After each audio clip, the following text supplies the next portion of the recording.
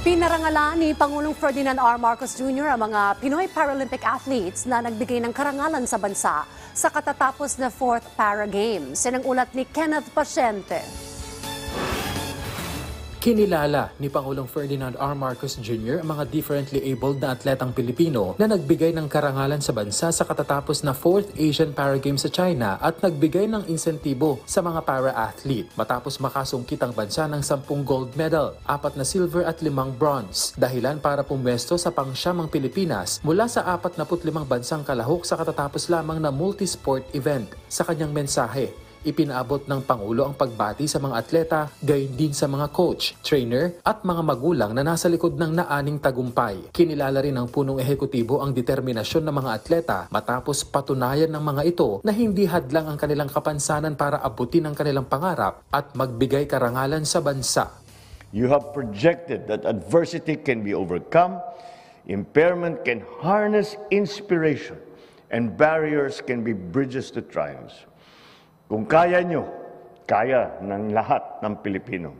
Kung kaya ng Philippine Para-Athletic National Team, kaya ng Pilipinas, kaya ng bagong Pilipinas. Binigyang diin din ni Pangulong Marcos Jr. ang pagsisikap ng pamahalaan na palakasin ang sports sa bansa sa pamamagitan ng pagtatayo ng mga sports infrastructure. Sabi pa niya, malaking bagay ang palakasan upang mahubog ang mga kabataan na maging responsableng miyembro ng komunidad.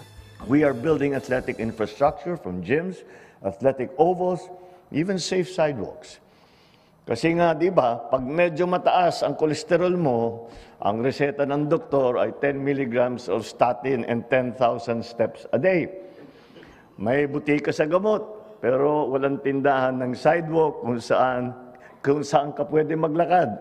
This brings me to another of sports' great value to us. As a wellness tool that makes our people healthy, kasama na rin dyan ang ating mental health. Hinimok din ng punong ehekutibo ang Philippine Sports Commission at iba pang asosasyon ng sports na paigtingin pa ang larangan ng sports sa bansa at gawin itong pwersang nagtataguyod ng pagkakaisa. To continue breaking barriers, challenging stereotypes, building a nation where sports serve as an inclusive and unifying force. In so doing, we can look forward to a new Philippines, bagong Pilipinas, that is bound by the ideals of industry, integrity, and teamwork, and committed to the pursuit of greatness and excellence.